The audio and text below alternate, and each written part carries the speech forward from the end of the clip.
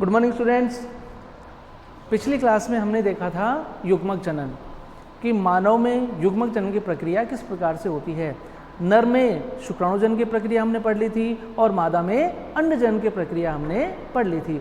आज हम बात करेंगे बेटा किसकी? निषेचन की। निषेचन और भ्रूणीय परिवर्धन। तो निषेचन और भ्रूणीय परिवर्धन इसके दौरान क्या होता है बेटा, ये सब जो प्रक्रियाएं होती हैं वो हमें भ्रूणिकी या भ्रूण विज्ञान के अंतर्गत सम्मिलित की जाती हैं। युग्मक जनन से लेकर के और शिशु के निर्माण तक की जो प्रक्रिया होती है, जन्म तक की जो प्रक्रिया होती है, उन सभी प्रक्रियाओं को भ्रूणीय परिवर्धन में शामिल किया जाता है। और उस भ्रूणीय परिवर्धन में हमने युग्मक जनन का अध्ययन कर लिया था।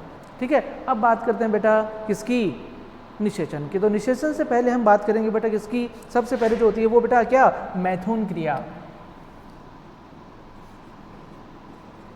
मैथुन क्रिया।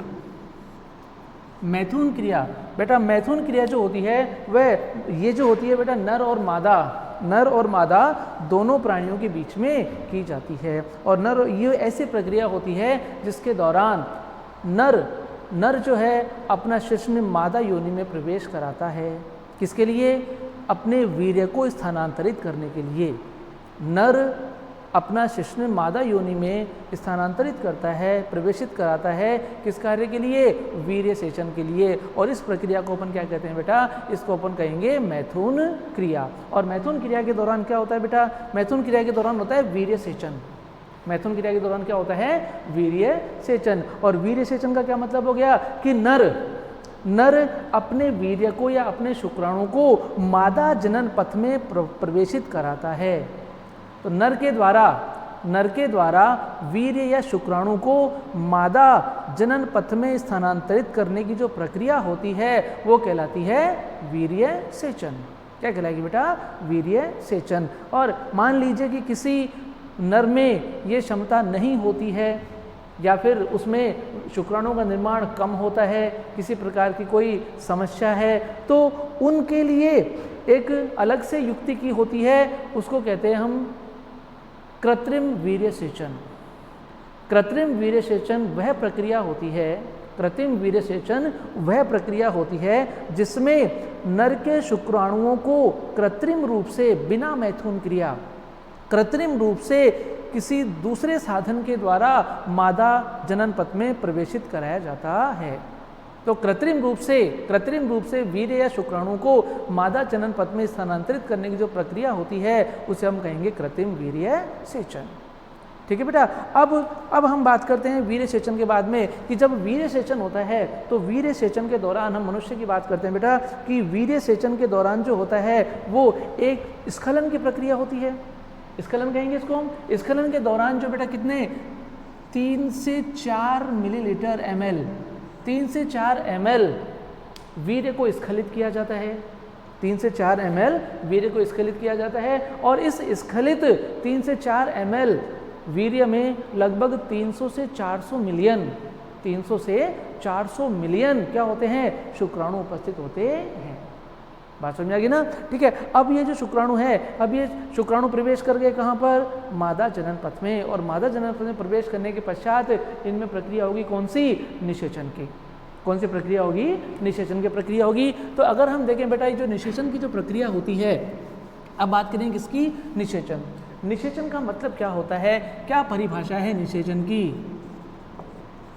निषेचन का मतलब होता है बेटा नर व मादा युग्मकों का संयुग्मन।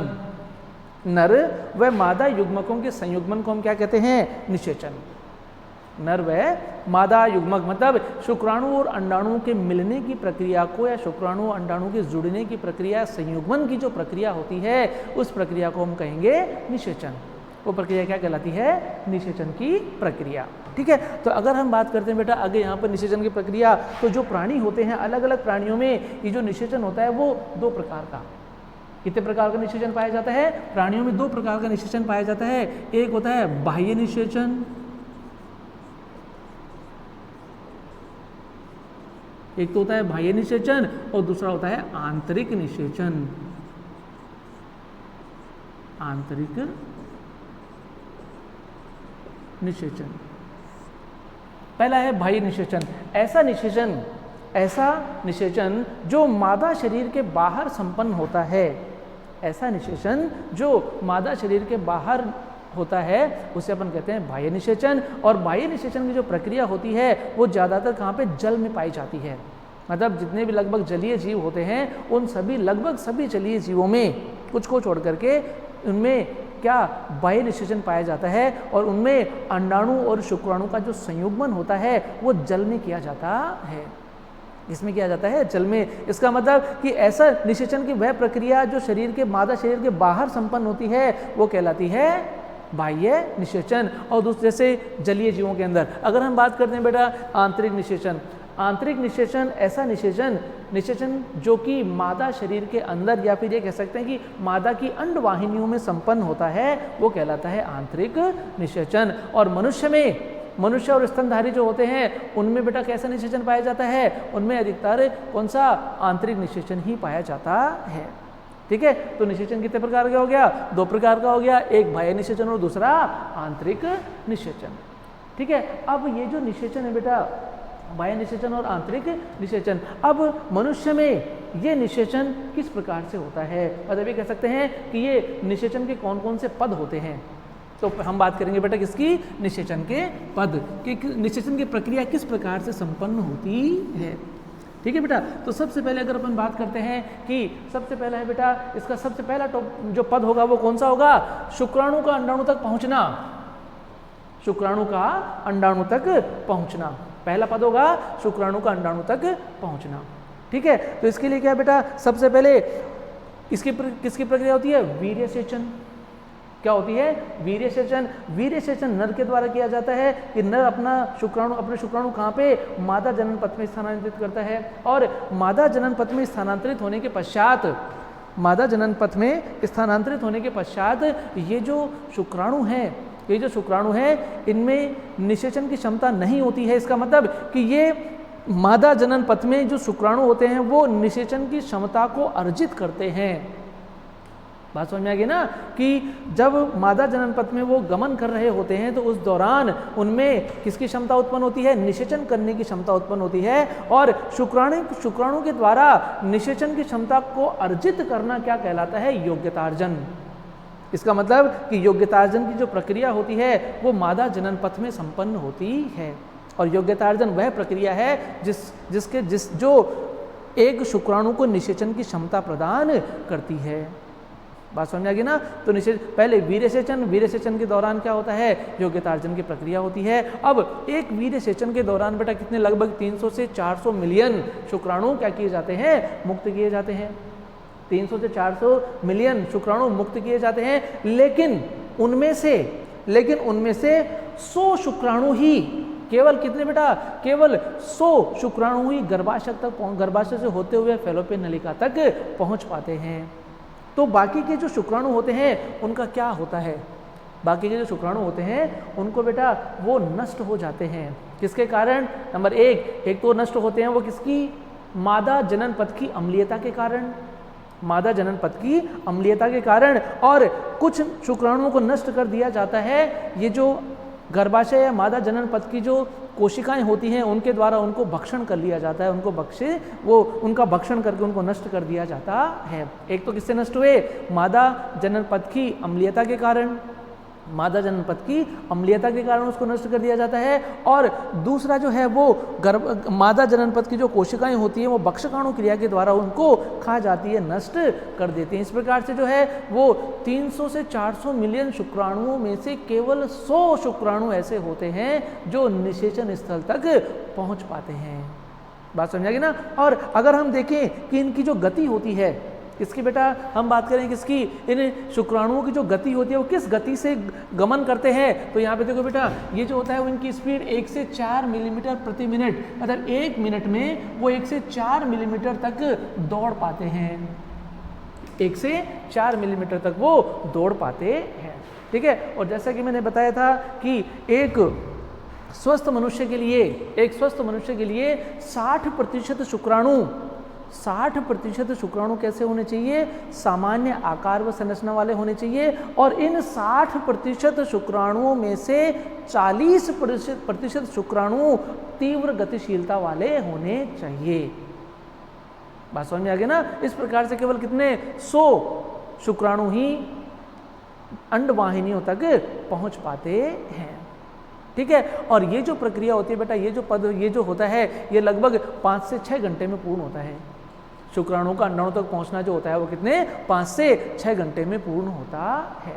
ठीक है, तो पहला पद हो गया बेटा कैसा कि शुक्राणु का अंडाणु तक पहुंचना, कि ये जो शुक्राणु है वो गति करके कहाँ से गति कर रहे हैं बेटा? ये योनि मार्ग से होते हुए और गर्भाशय से फिर फैलोपियन नलिका में चले जाते हैं। और इनकी गति के लिए बेटा ये जो इनकी जो गति होती है वो किसके द्वारा? शुक्राणु की पूंछ के द्वारा की जाती है। शुक्राणु की पूंछ के द्वारा की जाती है और इस गति के लिए ऊर्जा की प्राप्ति शुक्राणु के मध्य भाग में स्थित नेबेन कर्ण के द्वारा की जाती है। ठीक है, इस तरह से शुक्राणु जो है वो कशाभिक गति और अंडवाहिनियों की क्रमाकुंचन गतियों के द्वारा आगे की ओर गति करता रहता है और इसकी जो स्पीड होती है वो कितनी? 1 से 4 मिलीमीटर प्रति मिनट। ठीक है, और इसका मतलब कह सकते हैं कि शुक्राणु स्खलित होने के पश्चात 5 से 6 घंटे में कहाँ तक पहुँचता है? अंडाणु तक पहुँचता है। और ये जो निषेचन की जो प्रक्रिया होती है वो बेटा कहाँ पे वो होती है? फैलोपियन नलिका के एम्पुला स्थमस संधि पर, क्या ये कह सकते हैं कि एम्पुला में, कहाँ पे होगी? एम्पुला में या एम्पुला स्थमस संधि पर संपन्न होती है।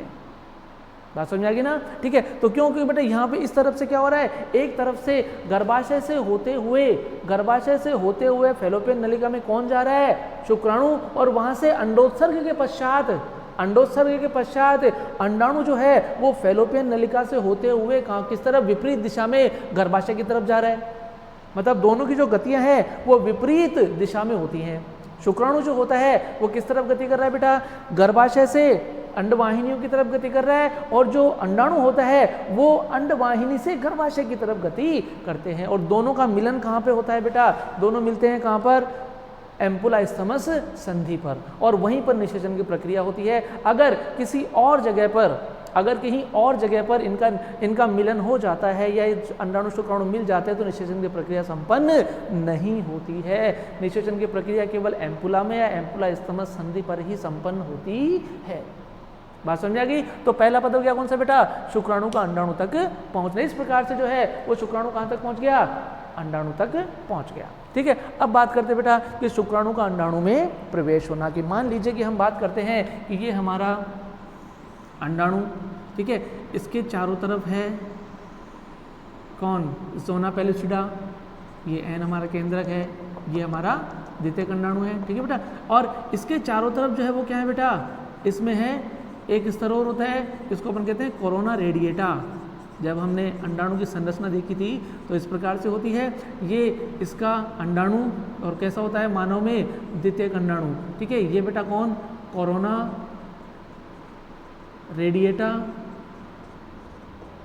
रेडिएटा और ये ज़ोना पेलुसिडा।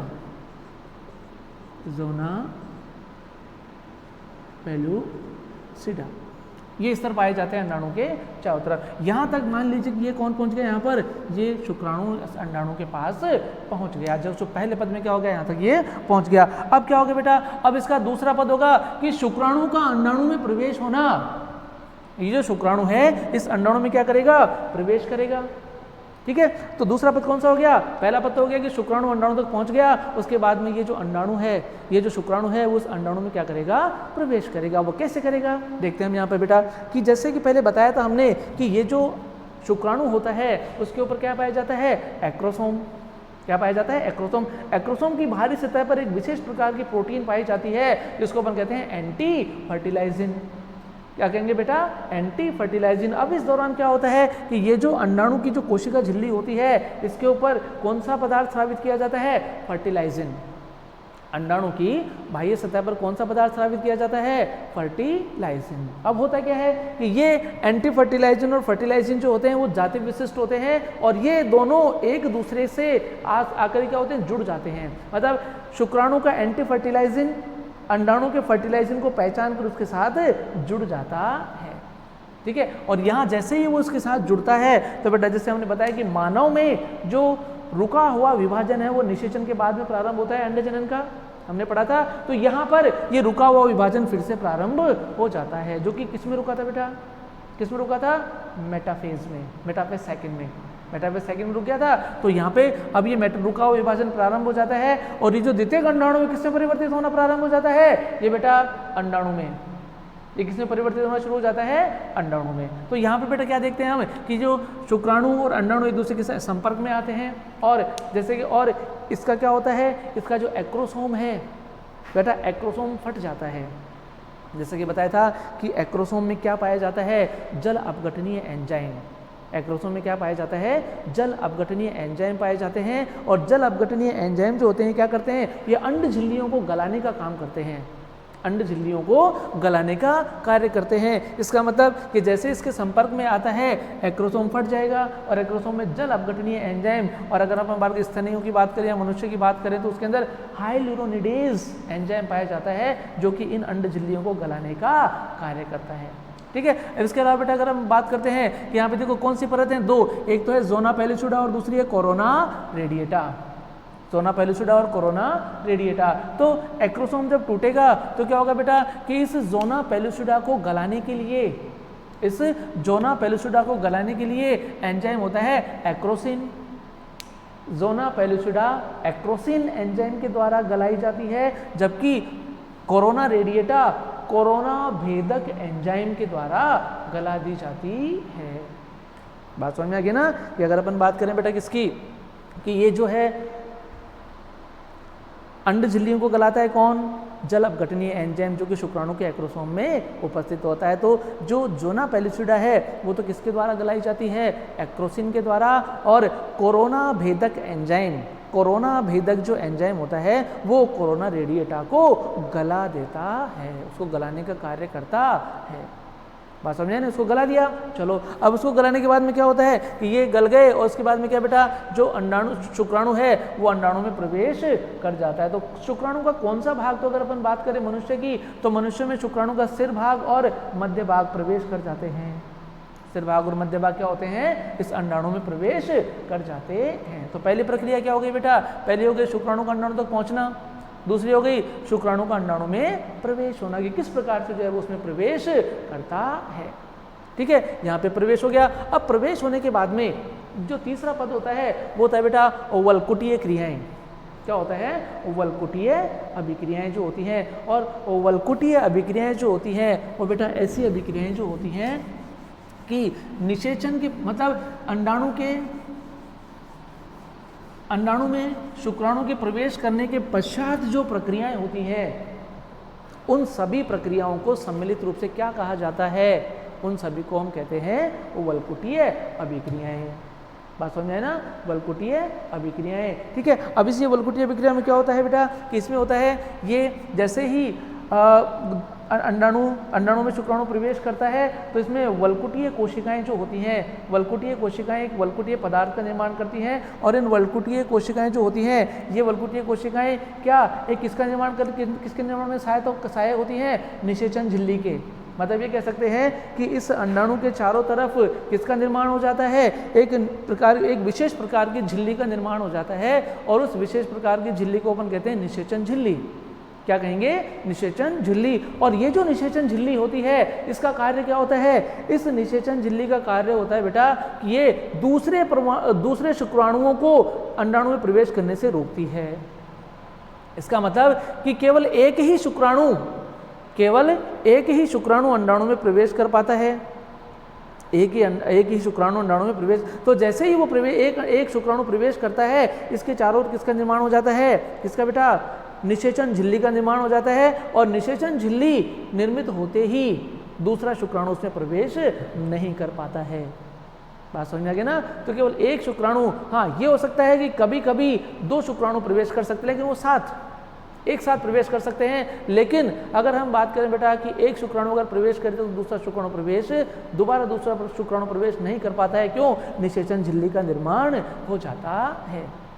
ठीक है। और इसके अलावा इसमें जो होती है किसका बेटा, और भी वलकुटीय प्रक्रियाएं होती हैं जिसके अंदर जैसे निषेचन शंकु का निर्माण होना, निषेचन शंकु का निर्माण होना, निषेचन कला जो विटेलाइन झिल्ली होती है वो निषेचन कला के अंदर परिवर्तित हो जाती है, निषेचन शंकु का निर्माण होता है, विटेलाइन कला जो होती है वो निषेचन कला में निर्मित हो जाती है, शुक्राणु को अंडाणु में खींचा जाता है और एक विशेष प्रकार के पथ प्रदान किया जाता है उसको, कहाँ तक, किसके, शुक्राणु के केंद्रक को अंडाणु के केंद्रक तक जाने के लिए एक विशेष प्रकार का पथ प्रदान किया जाता है और उस पथ को अपन क्या कहते हैं, निषेचन पथ। तो जो शुक्राणु है, शुक्राणु का जो केंद्रक होता है वो एक विशेष प्रकार के निषेचन पथ से होता हुआ कहाँ पे जाता है, अंडाणु के केंद्रक तक। ठीक है, तो कौन सी प्रक्रिया हो गई बेटा, पहली प्रक्रिया शुक्राणु का अंडाणु तक पहुंच गया, उसके बाद में होता है शुक्राणु का अंडाणु में प्रवेश, शुक्राणु अंडाणु में प्रवेश कर चुका है, इसके पश्चात वल्कुटीय प्रक्रियाएं भी हो चुकी है, निषेचन झिल्ली का निर्माण हो गया है जिसके कारण कि दूसरा शुक्राणु इसमें प्रवेश नहीं कर पाता। अब होता है बेटा क्या, केंद्रक संलयन। क्या होगा, केंद्रक संलयन। केंद्रक संलयन की अगर अपन बात करते हैं बेटा, तो ये मान लीजिए कि ये हमारा अंडाणु है, इसमें ये शुक्राणु का केंद्रक प्रवेश कर गया और हमें पता है कि ये अगुणित होता है और अंडाणु का केंद्रक भी कैसा होता है, अगुणित होता है। ठीक है, तो ये जो अंडाणु जो शुक्राणु का केंद्रक इसमें प्रवेश किया है, ये शुक्राणु का केंद्रक विशेष प्रकार के पथ से होते हुए कहाँ पे जाकर के जुड़ जाएगा, इस किसके साथ जुड़ेगा बेटा, इस अंडाणु के केंद्र के साथ जुड़ जाएगा और इस अंडाणु के केंद्र के साथ जुड़ करके किसका निर्माण कर लेगा, 2n द्विगुणित कोशिका का निर्माण कर लेगा और इस द्विगुणित कोशिका को कहते हैं बेटा युग्मनज।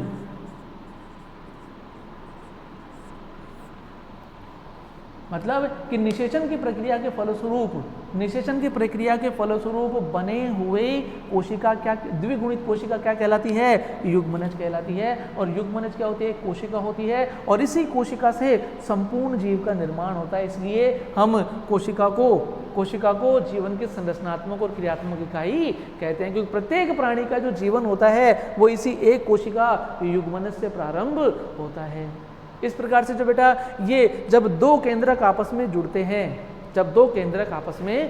हैं तो उसको अपन कहते हैं केंद्रक संलयन या कैरियोगेमी। केंद्रकों का मिलना क्या कहलाता है, कैरियोगेमी। कोशिका द्रव्यों का मिलना प्लाज्मागेमी। तो प्लाज्मागेमी और कैरियोगेमी ये दो प्रक्रियाएं होती हैं जिसके द्वारा इस द्विगुणित युग्मनज का निर्माण हो जाता है। इस प्रकार से अगर अपन बात करते हैं बेटा कि ये किसका निर्माण हो गया, यहाँ पर द्विगुणित युग्मनज का। इस प्रकार से हमारी निषेचन की प्रक्रिया पूर्ण होती है। ठीक है, तो निषेचन की प्रक्रिया में क्या हो गया बेटा, निषेचन की प्रक्रिया देखो बेटा यहाँ पे कितने पद हो गए इसके अंदर, ये 4 पदों में पूरी हुई है। पहला शुक्राणु का अंडाणु तक पहुँचना, वो पहुँच गया। उसके बाद में क्या होता है, उसके बाद में बेटा शुक्राणु अंडाणु में प्रवेश करता है, इसके लिए कई क्रिया होती हैं। उसके बाद में फिर उसके लिए कौन सहायक होता है, एक्रोसोम, क्योंकि एक्रोसोम में जो भी पाए जाने वाले जल अपघटनीय एंजाइम होते हैं उसके द्वारा क्या किया जाता है, उसके द्वारा अंड झिल्लियों को गलाया जाता है, जिसके कारण शुक्राणु जो होता है वो अंडाणु में प्रवेश कर जाता है। बात समझ में गया था कि अब आगे अगर अपन बात करते बेटा तीसरा कौन सा, वल्कुटीय प्रक्रियाएं। वल्कुटीय प्रक्रियाएं कौन सी होती हैं, वल्कुटीय प्रक्रियाएं होती हैं कौन सी कि जब शुक्राणु अंडाणु में प्रवेश कर जाता है तो उसके फलस्वरूप शुक्राणु में जो भी प्रक्रियाएं होती हैं उन सभी प्रक्रियाओं को अपन कहते हैं क्या, वल्कुटीय क्रियाएं। और वल्कुटीय क्रियाओं के दौरान किसका निर्माण होता है, निषेचन झिल्ली का निर्माण होता है। निषेचन झिल्ली का निर्माण क्यों होता है, निषेचन झिल्ली का निर्माण बेटा इसलिए होता है ताकि कोई दूसरा शुक्राणु और दूसरे शुक्राणु जो होते हैं उसके अंदर प्रवेश नहीं कर पाए। ठीक है बेटा, और फिर होती है केंद्रक संलयन कि शुक्राणु का और अंडाणु दोनों का जो केंद्रक होता है वो आपस में जुड़ जाता है और शुक्राणु और अंडाणु के केंद्रक की जो मिलने की जो प्रक्रिया होती है उसे को हम कहेंगे क्या, केंद्रक संलयन। इस प्रकार से बेटा क्या होता है, इस प्रकार से निषेचन की क्रिया के फलस्वरूप एक द्विगुणित कोशिका जिसको अपन कहेंगे युग्मनज का निर्माण हो जाता है। किसका निर्माण हो गया, युग्मनज का निर्माण हो गया। और यहाँ तक की प्रक्रिया संपन्न होती है किसकी, निषेचन की प्रक्रिया। ठीक है, ये बेटा किसमें होता है, ये जैसे अगर हम जिनमें आंतरिक निषेचन होता है और बाह्य निषेचन होता है। लेकिन अगर हम बात करें बेटा कि किसका रोल देखें हम कि अगर हम देखें कि इस एंटी फर्टिलाइजिन और फर्टिलाइजिन का ज़्यादा महत्व कहाँ पे होता है, तो जिन प्राणियों में बाह्य निषेचन पाया जाता है उनमें इन एंटी फर्टिलाइजिन और फर्टिलाइजिन का महत्व ज़्यादा होता है। एंटी फर्टिलाइजिन और फर्टिलाइजिन का क्या महत्व ज़्यादा होता है। क्यों होता है बेटा? क्योंकि जल में अनेक प्रकार की प्रजातियों की मछलियाँ, जिनकी प्रजाति अलग अलग होती है, वो सभी अपने अंडाणु और शुक्राणु मुक्त करते हैं। ऐसे ही जो उभयचर प्राणी होते हैं वो भी अपने अंडाणु और शुक्राणु जल में मुक्त करते हैं। तो हो सकता है कि किसी एक प्रजाति का शुक्राणु किसी दूसरे प्रजाति के अंडाणु को निषेचित कर दे, लेकिन ऐसा नहीं होता है। और ऐसा किस लिए क्यों नहीं होता है? क्योंकि बेटा शुक्राणु की सतह पर एंटी फर्टिलाइजिन होता है और अंडाणु की सतह पर फर्टिलाइजिन। तो एक जाति का एंटी फर्टिलाइजिन, एक विशेष जाति का एंटी फर्टिलाइजिन अपनी ही जाति के फर्टिलाइजिन को पहचान कर उसके साथ जुड़ता है और निषेचन की प्रक्रिया संपन्न होती है। बात समझ आ गई ना? अब ये तो हमने देख लिया। अब बेटा ये इसका क्या महत्व है? किसका? ये जो हम बात कर रहे हैं, ये जो निषेचन है, इसका महत्व क्या है? निषेचन की प्रक्रिया क्यों की जाती है?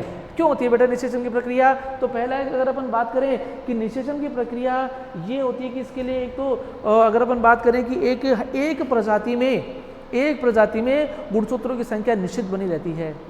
एक प्रजाति में गुणसूत्रों की संख्या को निश्चित बनाए रखने के लिए ये निषेचन की प्रक्रिया संपन्न होती है। जिससे क्या होता है? ये द्विगुणित और पहले किसकी बेटा किसकी होगी? एक तो गुणसूत्रों की संख्या समान बनी रहती है और इससे हमें द्विगुणित किसका निर्माण होता है बेटा? द्विगुणित कोशिका का निर्माण होता है।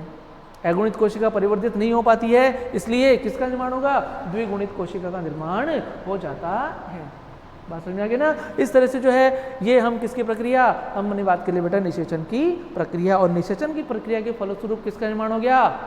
किसका निर्माण हो गया बेटा? युग्मनज का। युग्मनज हमने देख लिया। अब युग्मनज निषेचन की प्रक्रिया के पश्चात जो अगली प्रक्रिया आती है जिसमें भ्रूणीय परिवर्धन शामिल होते हैं बेटा। क्योंकि हम क्या देख रहे हैं? भ्रूणीय परिवर्धन। और भ्रूणीय परिवर्धन में हमने किसका निर्माण कर लिया था बेटा? युग्मक जनन देख लिया था। युग्मक जनन के पश्चात क्या हो गया हमारा? निषेचन कर लिया। और निषेचन की क्रिया के फलस्वरूप किसका निर्माण हो गया बेटा? निषेचन की क्रिया के फलस्वरूप हो गया युग्मनज का निर्माण। और युग्मनज के निर्माण के पश्चात मतलब निषेचन की क्रिया के पश्चात जो भ्रूणीय परिवर्तन का जो पद आता है वो होता है बेटा क्या? विदलन।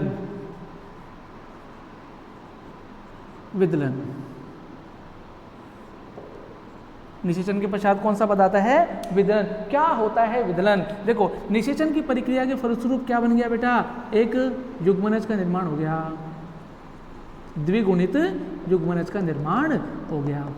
ये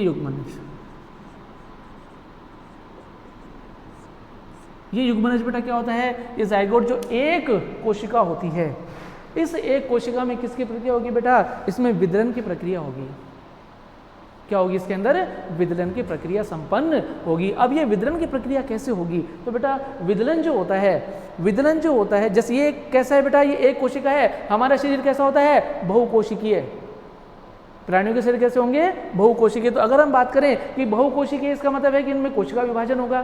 क्या होगा? कोशिका विभाजन। लेकिन अगर हम बात करें बेटा विदलन भी एक प्रकार का कोशिका विभाजन ही होता है। विदलन जो होता है एक प्रकार का क्या होता है? कोशिका विभाजन होता है। क्या होता है? कोशिका विभाजन। और इसके चारों तरफ बेटा वो कौन? इसके चारों तरफ क्या होती है? ये अपने ज़ोना पेलुसिडा। ये जो भी प्रक्रिया होगी इस ज़ोना पेलुसिडा के अंदर होगी। और ज़ोना पेलुसिडा जो होता है ये बेटा इसका क्या काम होता है? ये इस भ्रूण को, अब बेटा ये क्या बन गया? भ्रूण। इस भ्रूण को कहाँ पर? फैलोपियन नलिका में चिपकने से बचाता है, आरोपण से बचाता है। क्योंकि आरोपण कहाँ होना चाहिए? आरोपण होना चाहिए गर्भाशय में। तो और अभी ये प्रक्रिया कहाँ पे चल रही है बेटा? ये प्रक्रिया चल रही है कहाँ पर? फैलोपियन नलिका में।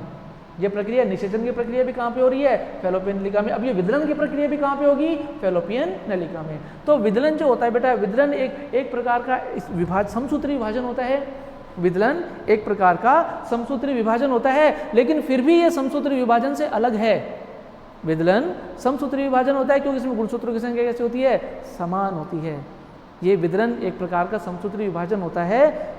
तो अब अंतर क्या होता है कि बेटा जो समसूत्री विभाजन हम करते हैं तो समसूत्री विभाजन के फलस्वरूप बनने वाली कोशिकाओं में गुणसूत्रों की संख्या समान होती है और वो कोशिकाएं आकार या आकृति में भी क्या होती हैं? समान होती हैं।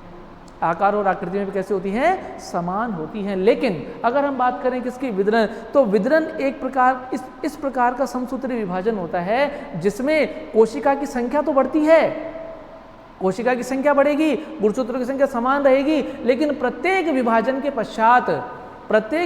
पश्चात कोशिकाओं की आकृति छोटी होती चली जाएगी। कोशिकाओं की आकृति कैसे होती चली जाएगी? छोटी होती चली जाएगी। जैसे अगर अपन बात करते हो तो यहाँ पे जैसे युग्मनज में विभाजन हुआ, इस युग्मनज में विभाजन होने के कारण क्या होता है बेटा, ये जो कोशिका है, ये जो युग्मनज है, ये कितना 2 कोशिका का निर्माण कर लेता है इसमें। तो ये क्या हो गया? 2 कोशिकीय भ्रूण। किसका निर्माण हो गया? 2 कोशिकीय भ्रूण। अब ये कोशिकाएं फिर से विभाजित होंगी और किसका? 4 कोशिकीय भ्रूण का निर्माण कर लेगी। इस प्रकार से ये 8 कोशिकीय भ्रूण का निर्माण हो गया और ये 16 कोशिकीय भ्रूण तक का निर्माण हो जाता है। बात समझ आ गई ना? तो कितने कोशिकीय भ्रूण का निर्माण हो गया यहाँ पर? लगभग। तो विदलन एक ऐसी प्रक्रिया है जिसमें समसूत्र विभाजन होता है, लेकिन प्रत्येक विभाजन के पश्चात कोशिकाओं की आकृति छोटी होती चली जाती है। इसका मतलब क्या होता है कि यहाँ पर इस भ्रूण के आकार में किसी प्रकार का कोई परिवर्तन नहीं आ रहा। कोशिकाओं की संख्या बढ़ रही है, लेकिन भ्रूण की आकृति समान है, भ्रूण की आकृति में कोई परिवर्तन नहीं आ रहा। ठीक है। इस प्रकार विदलन के फलस्वरूप जो कोशिकाएं बनती हैं, इस विदलन के फलस्वरूप बनी हुई कोशिकाओं को अपन क्या कहते हैं बेटा? इनको कहते हैं कोरक खंड। विदलन के फलस्वरूप बनने वाली कोशिकाएं क्या कहलाती हैं? कोरक खंड कहलाती हैं। इनको अपन क्या कहेंगे? कोरक खंड। और इससे क्या, इनकी संख्या लगातार बढ़ती रहती है। तो बेटा 8 से तो पहले 1 से 2, 2 से 4, 4 से 8, 8 से 16। तो 8 से 16 कोशिकीय जो भ्रूण होता है, 8 से 16 कोशिकीय जो भ्रूण होता है, उसको अपन कहते हैं बेटा मोरुला या तूतक। मोरुला, और हिंदी में कहते हैं इसको तूतक। 8 से 16 कोशिकीय भ्रूण जो होता है वो इसको अपन क्या कहेंगे बेटा? तूतक। इसका मतलब है कि विदलन एक क्या होता है? एक प्रकार का समसूत्री विभाजन होता है जिसमें कोशिकाओं की संख्या बढ़ती है, लेकिन कोशिकाओं की आकृति प्रत्येक विभाजन के पश्चात छोटी होती चली जाती है, जिससे भ्रूण के आकार में कोई परिवर्तन नहीं होता है। और विदलन के फलस्वरूप बनने वाली जो कोशिकाएं होती हैं, इनको हम कहते हैं कोरक खंड। क्या कहेंगे? कोरक खंड। ठीक है। और ये जो कोरक खंड होते हैं बेटा, अगर इनका निर्माण 8 से 16 कोशिकीय भ्रूण जो होता है, उसको अपन क्या कहेंगे? मोरुला या तूतक। मतलब ये कह सकते हैं कि विदलन के परिणाम स्वरूप मोरुला या तूतक का निर्माण होता है। और यहाँ पे ध्यान देने की बात ये बेटा कि जो आकृति युग्मनज की होती है, जो आकार युग्मनज का होता है, वही आकार तूतक या मोरुला का भी होता है। मतलब इसमें भ्रूण के आकार में कोई वृद्धि नहीं होती है। और ये जो प्रक्रियाएं होती है, प्रक्रिया कहाँ पे चल रही है बेटा? फैलोपियन नलिका में। अभी भी निषेचन भी फैलोपियन नलिका में हो रहा है और विदलन भी फैलोपियन नलिका में ही होता है। बात समझ में आ गई ना? तो यहाँ पर अगर अपन बात करते हैं कि कौन सा 8 से 16 कोशिकीय भ्रूण क्या हो गया बेटा? तूतक। ठीक है। ये क्या हो गया? विदलन। अब विदलन के परिणाम स्वरूप क्या बन गया? मोरुला। विदलन के परिणाम स्वरूप क्या बन गया? मोरुला। अब विदलन हो गया। विदलन के बाद में जो प्रक्रिया होगी वो होगी बेटा ब्लास्टुलेशन या कोरक भवन। ब्लास्टुलेशन या कोरक भवन विदलन के बाद में होगा कोरक भवन। क्या होगा बेटा? कोरक भवन। विदलन के फलस्वरूप क्या होगा? कोरक भवन। कोरक भवन का मतलब बेटा ये जो 8 से 16 कोशिकीय भ्रूण है, ये जो 8 से 16 कोशिकीय भ्रूण है, ये 8 से 16 कोशिकीय भ्रूण फिर इनकी कोशिकाओं में फिर से विभाजन होगा और विभाजन के फलस्वरूप जो होता है वो किसका? 16 से 32 कोशिकीय भ्रूण का निर्माण हो जाएगा। किसका निर्माण हो गया? 32 कोशिकीय भ्रूण का निर्माण हो गया। और 32 कोशिकीय भ्रूण किसका निर्माण हो गया बेटा? 32 कोशिकीय। इसके द्वारा 32 कोशिकीय भ्रूण का निर्माण हो गया और 32 कोशिकीय भ्रूण को हम कहेंगे बेटा ब्लास्टुला या कोरक। 32 कोशिकीय भ्रूण क्या कहलाता है? कोरक या ब्लास्टुला। क्या कहेंगे इसको? ब्लास्टुला। और इन ब्लास्टुला की जो कोशिकाएं होती हैं उनके बीच में एक गुहा का निर्माण हो जाता है। ये जो ब्लास्टोमेरिया कोरक खंड जो होते हैं उनके मध्य किसका निर्माण हो जाता है? एक गुहा का निर्माण हो जाता है और उस गुहा को हम कहते हैं कोरक गुहा, कोरक गुहा किसका निर्माण हो गया बेटा? कोरक गुहा का निर्माण हो गया। और अगर हम बात करें कि मानव के अगर ब्लास्टुला या कोरक की बात करते हैं तो इसमें देखो किसके संरचना किस प्रकार से होती है। देखिए ये हमारा, अगर हम बात करें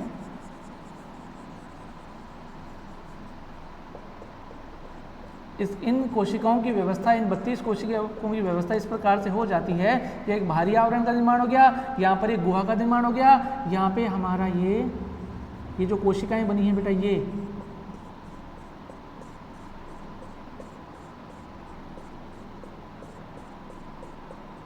और इसके चारों तरफ जोना पेलिसिडा जो धीरे धीरे अब विलुप्त होना शुरू होगा। तो इस प्रकार से इसको बेटा ये जो संरचना होती है मानव का जो ब्लास्टुला होता है इसको अपन कहते हैं क्या बेटा? ब्लास्टोसिस्ट, कोरक पुटी, कोरक पुटी किसका निर्माण हो गया? ब्लास्टुला से कोरक पुटी का निर्माण हो गया। और ये जो इसकी बाहर का जो इस कोरक पुटी की जो बाह्य परत होती है वो कहलाती है ट्रोफोब्लास्ट, ट्रोफोब्लास्ट। और ये जो कोशिकीय भाग होता है, जो कोशिकाओं का छोटा सा पिंड पाया जाता है, इसको अपन कहते हैं अंतर कोशिकीय पिंड, अंतर कोशिकीय पिंड। किसका निर्माण हो गया बेटा? एक ब्लास्टोसिस्ट का निर्माण हो गया। किसका निर्माण हो गया? ब्लास्टोसिस्ट का। और ये जो ब्लास्टोसिस्ट है उसका बाहरी आवरण क्या कहलाता है? पोष कोरक या ट्रोफोब्लास्ट। और इनके अंदर जो समूह कोशिकाओं का एक गुच्छा पाया जाता है, कोशिकाओं का एक समूह पाया जाता है, उसको अपन कहेंगे अंतर कोशिकीय पिंड। ठीक है, अब इन दोनों का कार्य अलग अलग होता है। ये जो ट्रोफोब्लास्ट होती है और ये जो अंतर कोशिकीय पिंड है, इन दोनों का कार्य अलग अलग होता है। जो ट्रोफोब्लास्ट जो होती है, पोष कोरक की जो कोशिकाएं होती हैं, ये बेटा किसका? ये अपरा का निर्माण कराती हैं। ये गर्भाशय की कोशिकाओं के साथ मिलकर के किसका निर्माण करती हैं? अपरा के निर्माण में सहायक होती हैं। जबकि जो अंतर कोशिकीय पिंड होता है इसके द्वारा भ्रूण का निर्माण होता है। इसके द्वारा किसका निर्माण होगा? भ्रूण का निर्माण होगा। बात समझ आ गई ना? तो भ्रूण का निर्माण किससे किया जाता है? अंतर कोशिकीय पिंड के द्वारा। और अपरा का निर्माण जो किया जाता है वो ट्रोफोब्लास्ट या पोष कोरक की कोशिकाओं के द्वारा किया जाता है। बात समझ आ गई ना? इस प्रकार से किसका निर्माण हो गया? एक ब्लास्टोसिस्ट का या कोरक पुटी का निर्माण हो गया। ठीक है, तो सबसे पहले क्या बेटा? निषेचन हुआ। निषेचन से क्या बना? युग्मनज बना। युग्मनज से क्या बना बेटा? मोरूला। युग्मनज में क्या हुआ प्रक्रिया? विदलन की प्रक्रिया हुई। और विदलन की प्रक्रिया के फलस्वरूप किसका निर्माण हुआ? मोरूला या तूतक का निर्माण हो गया। मोरूला या तूतक का निर्माण हो गया। और इस मोरूला या तूतक में किसका? कोरक भवन। कौन सी प्रक्रिया होगी? कोरक भवन की प्रक्रिया होगी। और या किसकी? ब्लास्टुलेशन की प्रक्रिया होगी, कोरक भवन की प्रक्रिया होगी। और कोरक भवन की प्रक्रिया के दौरान किसका? एक ब्लास्टोसिस्ट या कोरक पुटी का निर्मित हो जाती है। और इस कोरक पुटी की जो बाहरी परत होती है वो कहलाती है पोष कोरक। क्या कहलाती है? पोष कोरक। और ये जो अंदर का भाग होता है इसको अपन कहते हैं बेटा अंतर कोशिकीय पिंड। और इनके द्वारा अगर अपन बात करते हैं कि पोष ट्रोफोब्लास्ट की जो कोशिकाएं होती हैं वो अपरा का निर्माण करती हैं। ठीक है, और जो अंतर कोशिकीय पिंड होता है वो किसका निर्माण करेगा? वो भ्रूण का निर्माण करता है। ठीक है बेटा, तो ये प्रक्रिया क्या कहलाती है? क्या कहलाएगी? कोरक भवन। ठीक है, अब कोरक भवन के पश्चात जो प्रक्रिया होती है वो होती है गैस्ट्रुला भवन। पहला हो गया निषेचन, दूसरा हो गया विदलन, फिर कोरक भवन। ठीक है, और कोरक भवन के पश्चात जो प्रक्रिया होती है वो बेटा क्या होती है? गैस्ट्रुला भवन।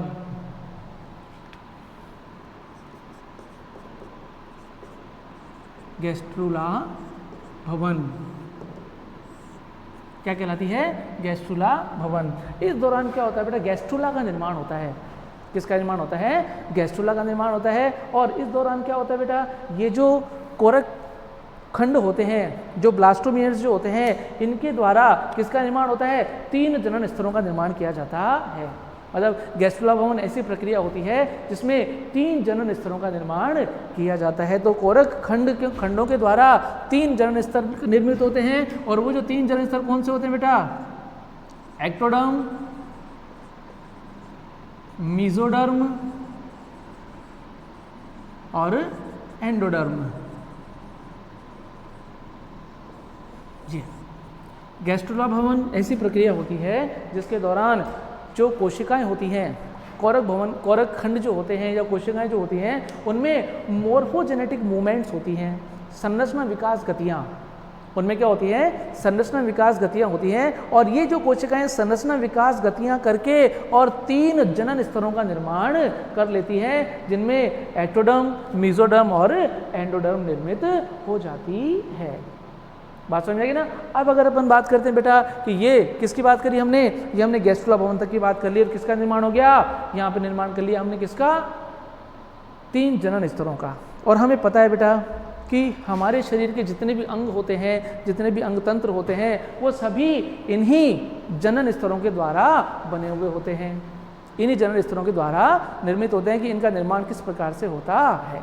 बात समझेगी ना। अब देखते हैं बेटा कि ये जो 3 जनन स्तर बने हैं, ये जो तीनों जनन स्तर बने हैं, इन तीनों जनन स्तरों की क्या भविष्यता होती है, मतलब ये तीनों जनन स्तर जो होते हैं वो कौन कौन सी संरचनाओं का निर्माण करते हैं।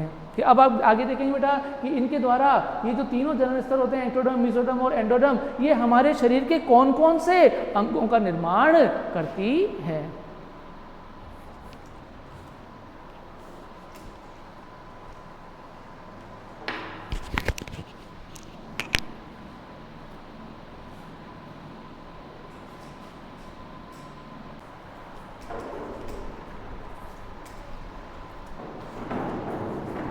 हाँ बेटा, हमने देख लिया था किस प्रकार से जो है वो किसका निर्माण हो रहा है बेटा, ब्लास्टोसिस्ट या कोरक पुटी का निर्माण हो गया।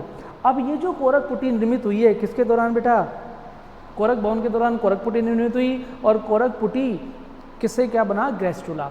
अब ये जो कोरक पुटी है, ये कोरक पुटी बेटा धीरे धीरे फैलोपियन नलिका से कहाँ पे आएगी, गर्भाशय में।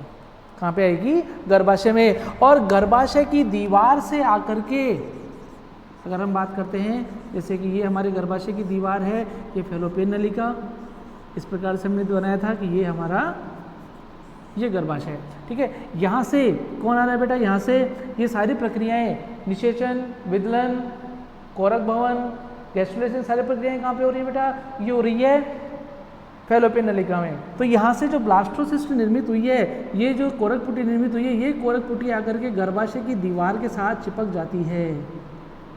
कहाँ पे चिपक जाएगी, गर्भाशय की दीवार के साथ चिपक जाएगी। और गर्भाशय की दीवार के साथ चिपकने के लिए क्या होता है बेटा, इसके चारों तरफ पाया जाने वाला, इसके चारों तरफ पाया जाने वाला जो जोना पेलिसुडा है वो विलुप्त हो जाता है, वो अपघटित हो जाता है, उसको अपघटित कर दिया जाता है। और जैसे ही जोना पेलिसुडा अपघटित होता है, ये ब्लास्टोसिस्ट जो होती है वो कहाँ पर, गर्भाशय की दीवार के साथ चिपक जाती है। और ब्लास्टोसिस्ट का गर्भाशय की दीवार के साथ चिपकना क्या कहलाता है, आरोपण। इसको अपन क्या कहेंगे बेटा, आरोपण। ये प्रक्रिया क्या कहलाती है, आरोपण। तो आरोपण क्या होता है कि ब्लास्टोसिस्ट का गर्भाशय की दीवार के साथ चिपकना क्या कहलाता है, आरोपण, ठीक है। अब इसके अंदर क्या हुआ बेटा, गैस्ट्रुलेशन। क्या हो गया, गैस्ट्रुलेशन। और गैस्ट्रुलेशन चल रहा है कहाँ पर बेटा, ये जो अंतरकोशिकीय पिंड है इनके द्वारा किसका निर्माण, 3 जनन स्तरों का निर्माण हो गया। और तीनों जनन कौन से, जनन स्तर कौन से, एक्टोडर्म, मेसोडर्म और एंडोडर्म। अगर हम बात करते हैं बेटा कि हम ये जो जनन स्तर होते हैं, इन जनन स्तरों से किन किन संरचनाओं का निर्माण किया जाता है, तो अगर हम बात करते हैं किसकी, एक्टोडर्म की, तो एक्टोडर्म के द्वारा एपिडर्मिस, त्वचा की जो एपिडर्मिस होती है, एपिडर्मिस, त्वचीय ग्रंथियां, तंत्रिका तंत्र, नेत्र, लाल ग्रंथियां, पीनियल ग्रंथि और हाइपोथैलेमस जैसी संरचनाओं का निर्माण किया जाता है। इनके अतिरिक्त तो और भी संरचनाएं होती हैं जो किसके द्वारा, एक्टोडर्म के द्वारा निर्मित होती है, ठीक है। अगर हम बात करते हैं बेटा किसकी, मेसोडर्म के द्वारा, तो मेसोडर्म की अगर अपन बात करते हैं तो मेसोडर्म के द्वारा डर्मिस, त्वचा की डर्मिस, पेशी उत्तक, संयोजी उत्तक, हृदय, वृक्क और जो अंतःकंकाल होता है उसका निर्माण किसके द्वारा किया जाता है, मेसोडर्म के द्वारा किया जाता है। और इसके अलावा और भी संरचनाएं होती हैं जो मेसोडर्म के द्वारा निर्मित होती हैं, ठीक है। तीसरा जनन स्तर होता है बेटा कौन सा, एंडोडर्म। एंडोडर्म जो होता है इसके द्वारा निर्मित होने वाली कुछ संरचनाएं जो होती हैं वो होती हैं बेटा कौन सी, आमाशय ग्रंथियां, जीभ, फेफड़े, मूत्राशय, यकृत, अग्नाशय, मध्यांत्र, प्रोस्टेट ग्रंथि, योनि आदि ऐसी संरचनाएं होती हैं जो किसके द्वारा निर्मित होती हैं, एंडोडर्म के द्वारा निर्मित होती हैं। लेकिन अगर हम बात करें बेटा तो कुछ संरचनाएं होती हैं जो केवल एक एक जनन स्तर से निर्मित होती हैं और कुछ ऐसी संरचनाएं भी होती हैं जो जिनमें एक से ज़्यादा मतलब एक या दो या तीन जनन स्तर भाग लेते हैं, जिनके निर्माण में एक्टोडर्म, मेसोडर्म और एंडोडर्म तीनों भी भाग लेती हैं और कईयों में दो भी भाग लेती हैं। जैसे हमने बात करी थी किसकी, आहार नाल की, तो आहार नाल में बेटा किसका एक्टोडर्म और एंडोडर्म दोनों भाग लेती हैं। इस प्रकार से बेटा ये जो गैस्ट्रुला भवन होता है, गैस्ट्रुला भवन की प्रक्रिया के दौरान किसका निर्माण हो गया, तीन जनन स्तरों का, और इन तीन जनन स्तरों के द्वारा विभिन्न प्रकार के किसका निर्माण हो गया, अंगों का निर्माण हो जाता है या किया जाता है। आगे मतलब ये हमने क्या देखा कि ये जो जनन स्तर होते हैं इनकी क्या भविष्यता होती है, इनके द्वारा कौन कौन से अंगों का निर्माण किया जाता है। इस प्रकार से बेटा अगर अपन बात करते हैं कि जैसे हमने बात किया कि आरोपण की प्रक्रिया हो गई, आरोपण की प्रक्रिया में क्या, ये हमारी गर्भाशय का आंतरिक स्तर, ये हमारी कोरक पुटी, ये क्या होगी बेटा, कोरक पुटी जो, और ये अंतरकोशिकीय पिंड, ये जो होता है बेटा कहाँ पर, ये गर्भाशय की भित्ति के द्वारा ये आकर के इसमें क्या हो गया, इसका आरोपित हो गया, ब्लास्टोसिस्ट का आरोपण हो गया।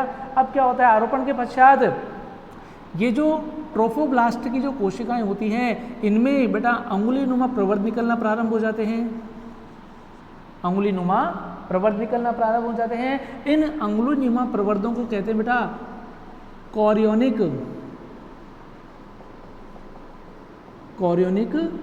अंकुर, इनको अपन क्या कहेंगे, कॉरियोनिक अंकुर। और जिस प्रकार से, और ये निकले कहाँ से हैं, ट्रोफोब्लास्ट की कोशिकाओं से।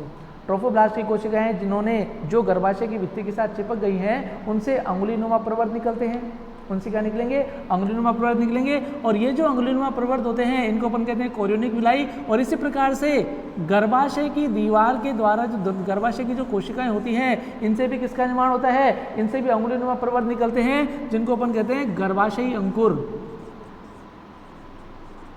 गर्भाशयी अंकुर। किसका निर्माण हो गया, गर्भाशयी अंकुर। अब ये जो गर्भाशयी अंकुर है, ये जो गर्भाशय अंकुर है और कॉरियोनिक अंकुर है, ये दोनों बढ़ते जाते हैं और आपस में जुड़ जाते हैं। ये दोनों कौन, कॉरियोनिक अंकुर और गर्भाशयी अंकुर, ये लगातार बढ़ते जाते हैं और आपस में जुड़ करके किसका निर्माण कर लेते हैं, ये आपस में जुड़ गए बेटा, और इसके जुड़ कर किसका निर्माण कर लेते हैं, ये निर्माण करते हैं अपरा का।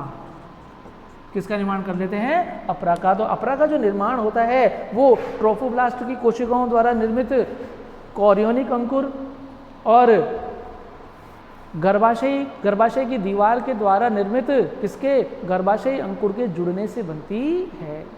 बात समझ आ गया ना। और अपरा का वह भाग जो शिशु से जुड़ा हुआ होता है वो कहलाता है अम्बिलिकल कॉर्ड। इसको अपन क्या कहेंगे, अम्बिलिकल कॉर्ड या नाभि रज्जु। क्या कहलाएगी वो, नाभि रज्जु। तो अपरा जो होती है, अपरा शिशु से नाभि रज्जु के द्वारा जुड़ी हुई होती है। अब इस अपरा का क्या काम होगा, क्या कार्य होता है इस अपरा का।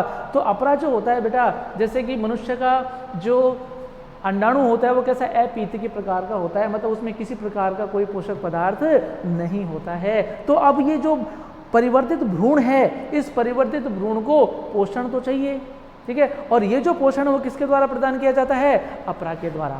अपरा एक ऐसी संरचना होती है, अपरा शिशु और माता के शरीर के बीच में, शिशु और माता के बीच में एक ऐसा संबंध होता है जिसके द्वारा पदार्थों का आदान प्रदान किया जाता है।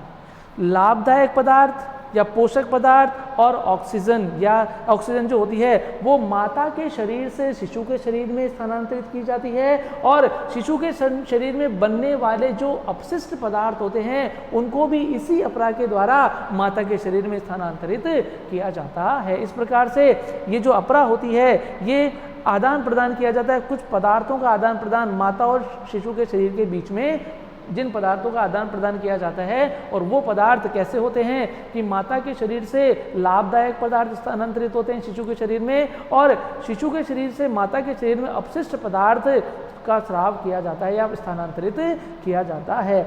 और अगर हम बात करें बेटा कि ये जो अपरा होती है, ये जो अपरा होती है, ये अपरा केवल पोषण प्रदान करने का कार्य नहीं करती है, इस अपरा के द्वारा कुछ हार्मोन्स भी स्रावित किए जाते हैं, जैसे HPL, HGP, estrogen, progesterone etcetera.